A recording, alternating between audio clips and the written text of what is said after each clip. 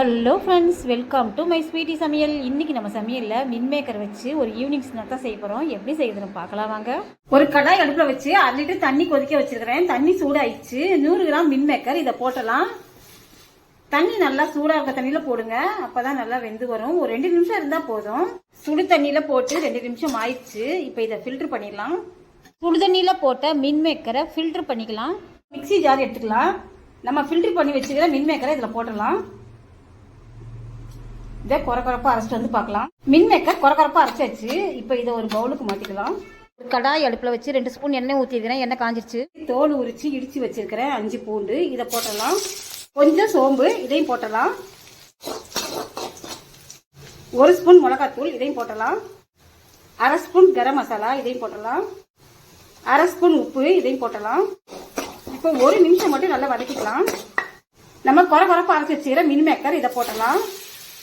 ஒரு 3 நிமிஷம் மட்டும் நல்லா கிண்டி விட்டுக்கலாம்.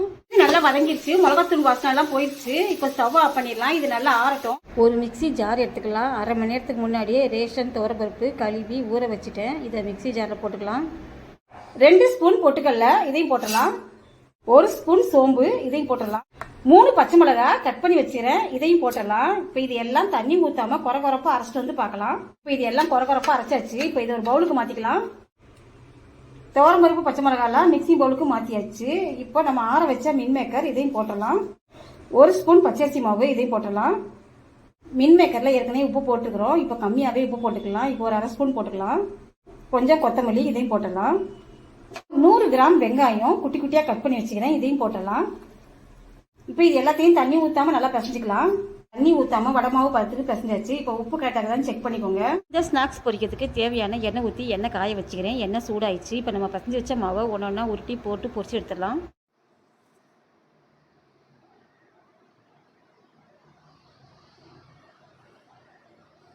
நிமிஷம் மட்டும் இருக்கட்டும். மெதுவாக திருப்பி போடலாம்.